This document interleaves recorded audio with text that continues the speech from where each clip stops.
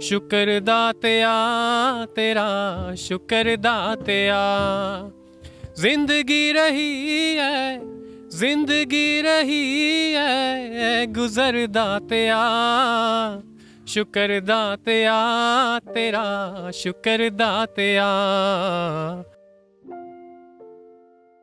सत श्री अकाल, मैं राजकनवीर सिंह ते मेरे नाल इस टाइम जुड़े ने अभिजीत सिंह ते ये सिंगिंग का शौक भी रखते हैं। लास्ट टाइम जो असीं बेकरसफील्ड नगर कीर्तन आए सी उत्थे भी आपां नूं मिले सी, उदों इन्हां ने एक धार्मिक गीत गाया सी ते अज फिर अपने नाल जुड़े ने ते कुछ अपने दर्शकों नूं संगतां नूं जिहड़ा कुछ सुणाउणा चाहुंदे आ। सत श्री अकाल जी। सत श्री अकाल जी, मेरा नाम है अभिजीत, मैं है बेकरसफील्ड का निवासी। मैं इत्थे नगर कीर्तन ते आया अपने बाबा शहीददीप सिंह जी दे ते सिंगिंग एक मेरा बचपन तो ही शौक है तो मैं चाहना कि इनू अगले लैवल पर लैके जावां ते तुहाडे सारिआं दे रूबरू एक गीत पेश करना चाहना मैं। शुक्र दातिया जिहड़ा ओरिजिनली प्रभ गिल जी ने गाया सीगा, दो बोल तो तुहाडे सारिआं नाल सांझे करना चाहना। उम्मीद करदा कि तुहानूं सारिआं नूं बहुत पसंद आऊगा जी। मैं कागज़ दी बेड़ी रब्बा, तू मैनू पार लंघाया, शुक्र करा मैं तेरा हर दम, मैं जो मंगया सो पाया, मैं जो मंगया सो पाया, शुक्र दातिया तेरा शुक्र दातिया, शुक्र दातिया तेरा शुक्र दातिया।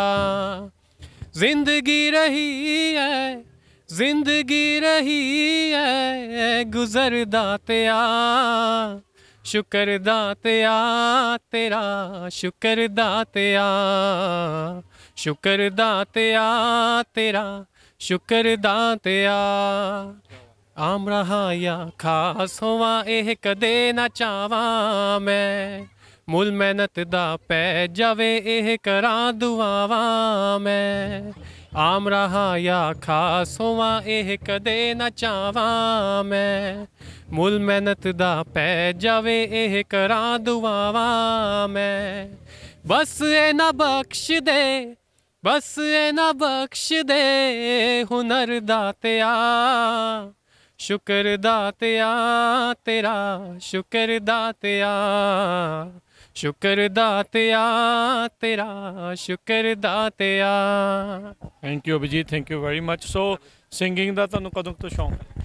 मैनूं बचपन तो ही एक शौक है तो मेरे डैडी ਨੂੰ ਵੀ ਐਕਚੁਅਲੀ ਮਿਊਜ਼ਿਕ ਦਾ ਬਹੁਤ ਸ਼ੌਂਕ ਸੀਗਾ, ਆਲਵੇਜ਼ ਕੀਬੋਰਡ ਨੂੰ ਮਤਲਬ ਪਲੇ ਕਰਨਾ। ਤੇ ਜਦ ਮੈਂ ਉਹਨਾਂ ਨੂੰ ਵਾਚ ਕਰਦਾ ਸੀ ਤਾਂ ਮੈਨੂੰ ਵੀ ਸੁਖਤਾ ਹੁੰਦੀ ਸੀ ਕਿ ਮੈਂ ਵੀ ਕੁਝ ਮਿਊਜ਼ਿਕ 'ਚ ਅੱਗੇ ਜਾ ਕੇ। ਇੰਸਟਰੂਮੈਂਟ ਵੀ ਕੋਈ ਵਜਾਉਂਦੇ?